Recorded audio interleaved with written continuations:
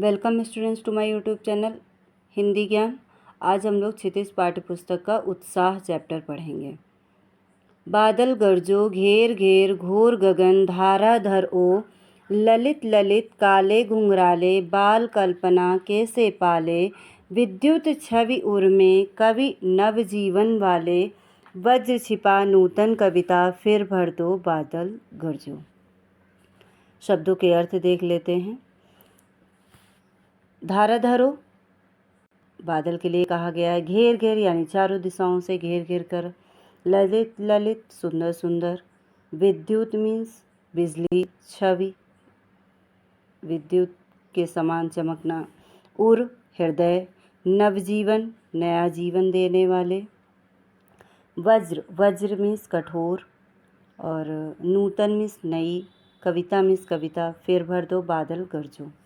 कवि यहाँ पर बादलों का आवाहन करते हुए कहता है कि हे बादल, तुम आओ और गरजो। बादल गरजो घेर घेर घोर गगन धाराधर ओ, कि तुम चारों दिशाओं से घेर घेर कर आओ और यहाँ पर खूब तेज़ आवाज़ में गरजो और फिर पानी को बरसाओ। आगे कवि कह रहा है कि जो बादल हैं वो सभी प्राणियों को नया जीवन देने वाले हैं। ललित ललित काले घुंघराले बाल कल्पना कैसे पाले, कि जो बादल हैं उनको देखकर ऐसे लगता है कि मानो ना जाने वो कितने प्रकार की आकृति लिए हुए हैं। जिस प्रकार से कभी कभी ऐसा लगता है कि जिस प्रकार से छोटे बच्चे के घुंघराले घुंघराले बाल होते हैं उसी प्रकार से आसमान में काले काले बादल छाए हुए हैं। विद्युत छवि उर्मे कवि नवजीवन वाले, और बिजली के समान बिजली चमकने का जो अद्भुत वर्णन है वो यहाँ पर कवि करते हुए कहता है कि बादल जो है वो धरती के सभी प्राणियों को नया जीवन देता है।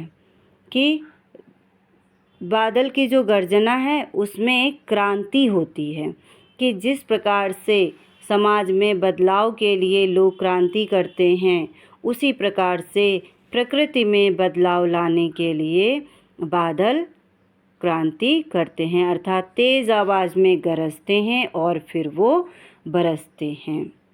वज्र छिपा नूतन कविता फिर भर दो बादल गरजो।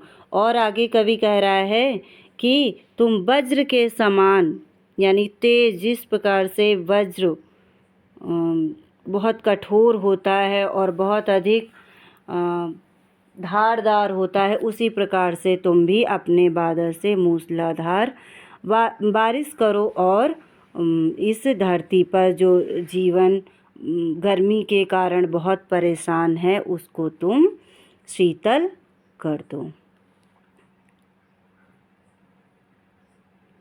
विकल विकल उन्मन थे उन्मन विश्व के निदाघ के सकल जन, आए अज्ञात दिशा से अनंत घन, तप्त धरा जल से फिर भर दो फिर शीतल कर दो बादल कर जो। विकल विकल व्याकुल व्याकुल, उन्मन अनमने से मन यानी अच्छा नहीं लगना, विश्व संसार, निदाघ यानी जो पृथ्वी के समस्त जन हैं गर्मी के कारण परेशान, अनंत आकाश के घन, तप्त धरा जलती हुई धरती को, जल से फिर शीतल कर दो बादल गरजो।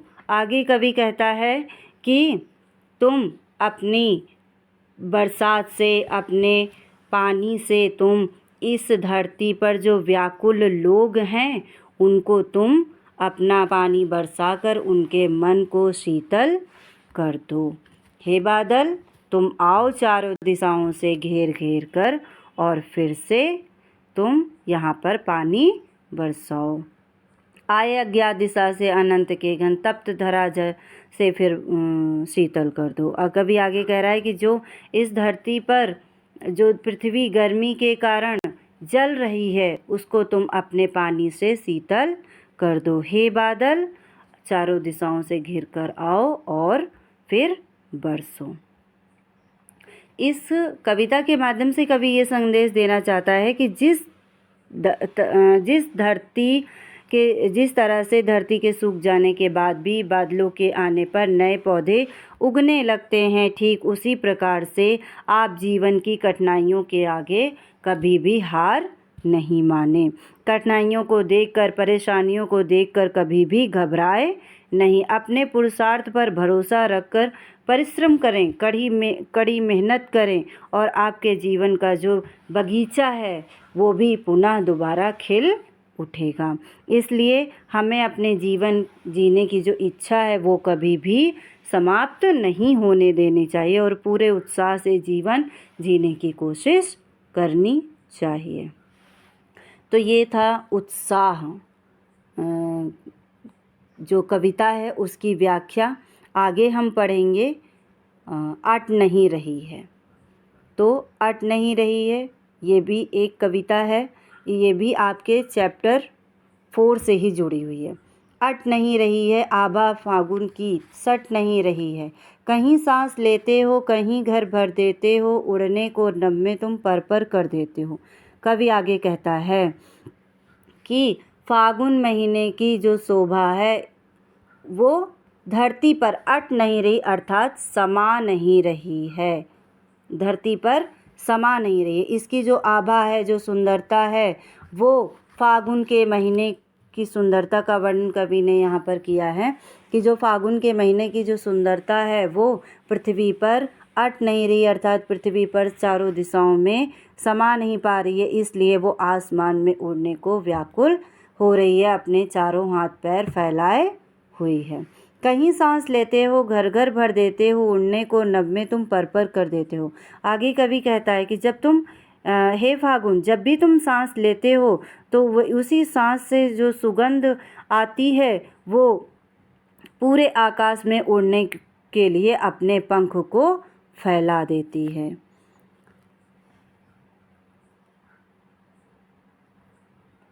आंखें हटाता हूँ तो हट नहीं रही है, पत्तों से लदी डाल, कहीं हरी कहीं लाल, कहीं पड़ी है उर्मे मंदगंध पुष्पमाल, पाट पाट शोभा श्री पट नहीं रही है।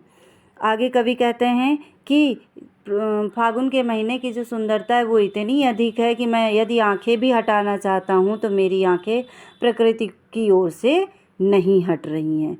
कहीं प्रकृति का वर्णन करते हुए कवि कहता है कि पत्तों से लदी डाल, कहीं कहीं जो डालें हैं वो बिल्कुल पत्तों से लदी हुई हैं। और किस प्रकार के पत्ते हैं, कहीं हरे हैं, कहीं लाल हैं।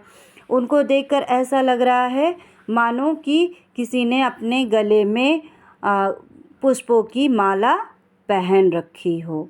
मंद गंध पुष्पमाल, पाट पाट शोभा श्री पट नहीं रही हो। जो प्राकृतिक सौंदर्य है, जो प्रकृति का सौंदर्य है वो क्या है, चारों ओर फैला हुआ है। जिधर भी आँखों से अपनी देखता हूँ उधर पेड़ हरे भरे और चारों ओर रंग बिरंगे फूल ही दिखाई देते हैं।